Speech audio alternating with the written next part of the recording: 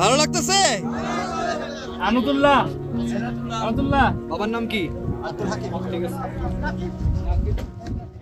মিয়ানমারি বিদ্রোহী গোষ্ঠী আরকান আর্মির হাতে নাফ নদী থেকে বিভিন্ন সময়ে আটক হওয়া ৭৩ জন বাংলাদেশি জেলে অবশেষে দেশে ফিরেছেন।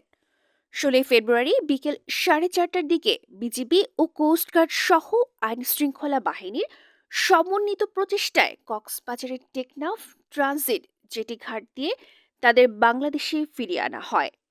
দীর্ঘদিন পর দেশের মাটিতে পা রাখতে পেরে জেলেরা উচ্ছ্বাস প্রকাশ করেন। টেকনাফ ঘাটে এ সময় আবেগঘন পরিবেশের সৃষ্টি হয়।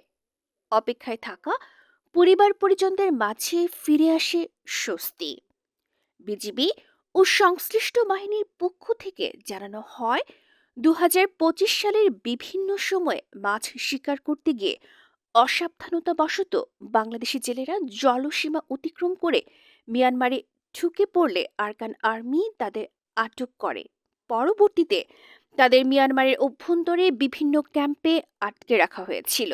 আরও জানানো হয়, আটক জেলেদের ফিরিয়ে আনতে কক্সবাজার অঞ্চলে নিরাপত্তা বাহিনীগুলো সমন্বিত মানবিক উদ্যোগ গ্রহণ করে।